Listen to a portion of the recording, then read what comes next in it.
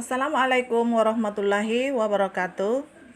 Alhamdulillah kita bertemu kembali pada pelajaran IPA.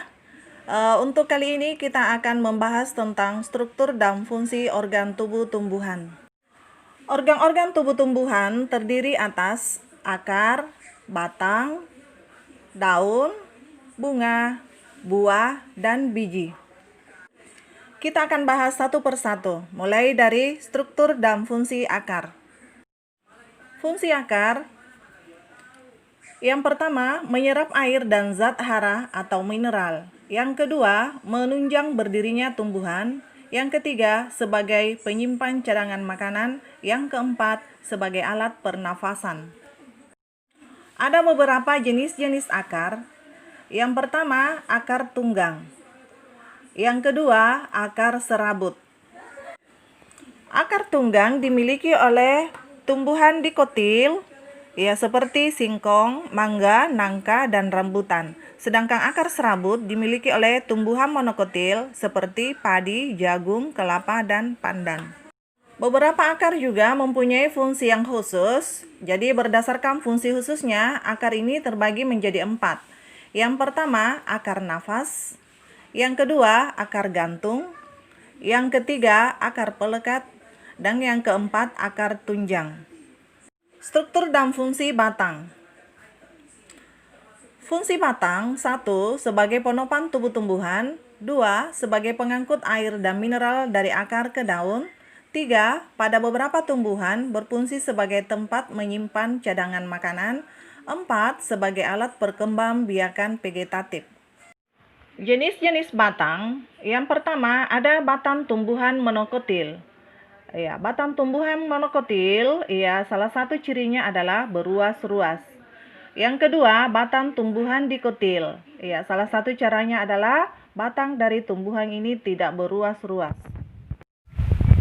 Struktur dan fungsi daun.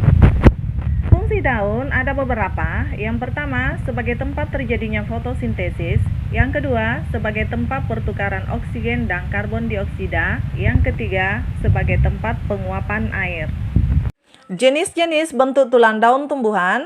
Yang pertama, ada tulang daun menyirip. Yang kedua, tulang daun menjari. Yang ketiga, tulang daun melengkung. Dan yang keempat, tulang daun sejajar. Struktur dan fungsi bunga.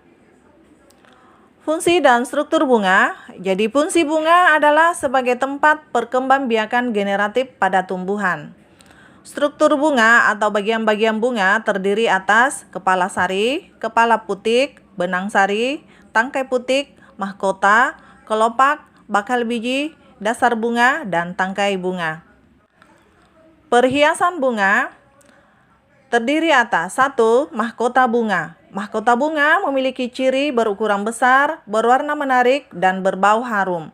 Selain berbau menarik, mahkota bunga juga memiliki kelenjar madu atau nektar sehingga dapat menarik kehadiran serangga yang berperan dalam proses penyerbukan. Yang kedua, kelopak bunga. Kelopak bunga merupakan bagian terluar bunga yang berukuran kecil dan berwarna hijau. Kelopak bunga berfungsi untuk melindungi bagian bunga lainnya pada saat masih kuncup dari pengaruh luar.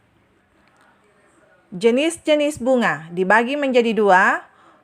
1. Bunga tidak lengkap, yaitu bunga yang apabila pada bunga tersebut tidak terdapat benang sari atau tidak terdapat putik. Yang kedua, bunga lengkap, yaitu apabila pada bunga tersebut terdapat benang sari dan putik. Struktur dan fungsi buah dan biji.